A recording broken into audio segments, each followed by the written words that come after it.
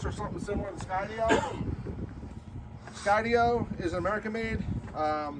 It was pretty much designed on the military side of life, all right, i.e. the price tag, because military has deeper pockets than first responders do. This guy here, a couple unique things about the SkyDio. It is primarily designed to be hand launched and caught, okay? And as you can see on the bottom, this is our battery, so that's my footprint. If I want to land this on the deck, that's all I'm landing on. It also has, I'll say, a 360-degree spherical collision avoidance. So you may have noticed I got rotors high, rotors low on the front. The reason these are low in the front is my upward collision avoidance is here, my downward collision avoidance is here. I got collision avoidance all around this thing. It is also designed that if I had the case out here, the Pelican case, it has a unique symbol on it. It's just like a white circle with a semi kind of a Z in it. It's designed to launch off of that, and if I tell it to land, it'll find that case and land on that case. Has anybody ever hand caught a drone before?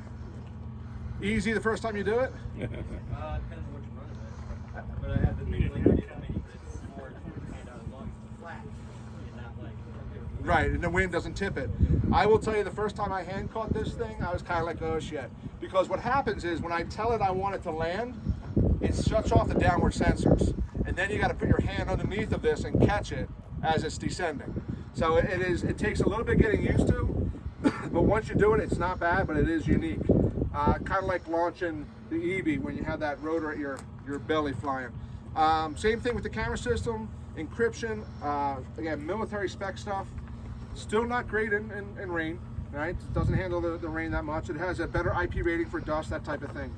The other thing that's kind of neat on the military side of life, it has a feature, they call it the scout feature, where in a convoy scenario, the lead car would have a controller, the rear car would have a controller, and this thing would be an overwatch. And as the convoy goes, so does this. The convoy stops, so does this, and then you can have your overwatch, if you will. So neat aircraft. Price point gets up there, $12,000 to $14,000.